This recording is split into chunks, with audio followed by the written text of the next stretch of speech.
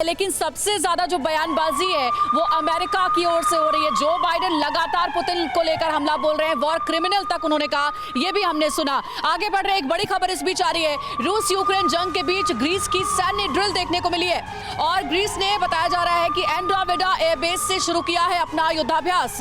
NATO partner से भी drill में शामिल होने की अपील की गई है। ये दुश्मनों को हमारा संदेश है, ग्रीस के डिफेंस मिनिस्टर ने कहा है। बनर्जी साहब, इस तरीके की अगर वॉर एक्सरसाइज चल रही है तो इसका मतलब क्या समझा जाए? क्या पुतिन को, रूस को ये बताने की कोशिश है कि जो वेस्टर्न कंट्रीज है, नाटो हो या फिर अमेरिका, सभी एकजुट है और भूल से भी ये गलती ना करे पुतिन कि नाटो अमेरिका जैसे कंट्रीज पर किसी भी तरीके की कोई कार्रवाई करने की सोचे? ये एक्सरसाइज एक मैसेजिंग है। जब एयरफोर्स बहुत सारे कंट्री के एक साथ होते हैं, मैसेज है वो एक साथ है। और रशिया को एक मैसेज है कि आप ये ना समझें कि आप यूक्रेन का जो मिसएडवेंचर है इसको आगे लेके जा सकता है। तो कोई भी चीज़ में ग्रेडेड रिस्पॉन्स होते हैं, तो नाटो अभी रिस्पॉन्स एक ग्रेड आगे किया है। आगे क्या होगा वो तो लेकिन सर, आपको नहीं लगता ये जो तस्वीरें आ रही हैं ये प्रोवोकेशन है, प्रोवोक किया जा रहा है रशिया को?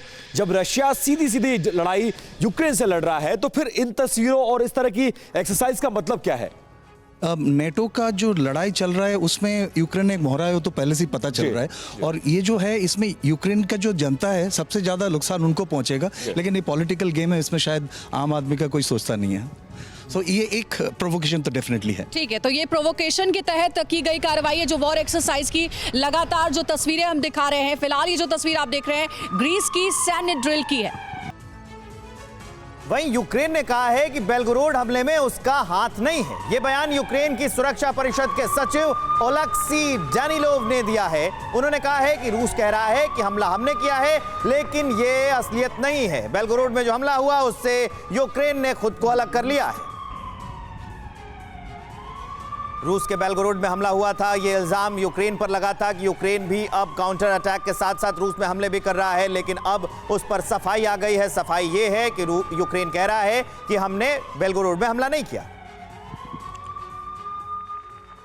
और इस बीच एक और बड़ी अपडेट ये आ रही है कि यूक्रेन ने ये साफ कर दिया है कि हमले में उसका हाथ नहीं था, लेकिन रूस की डिफेंस मिनिस्ट्री ने यूक्रेन को दोषी करार दिया है। बड़ी खबर आपको दे रहे हैं, तस्वीरें भी हमने आपको दिखाई बेलगोरोड में कैसे हमला हुआ और इसके पीछे कहा जा रहा था कि यूक्रेनी सैनिकों का हाथ था, लेकिन यूक्रेन कह रहा है कि नहीं, हमने ये हमला नहीं किया है।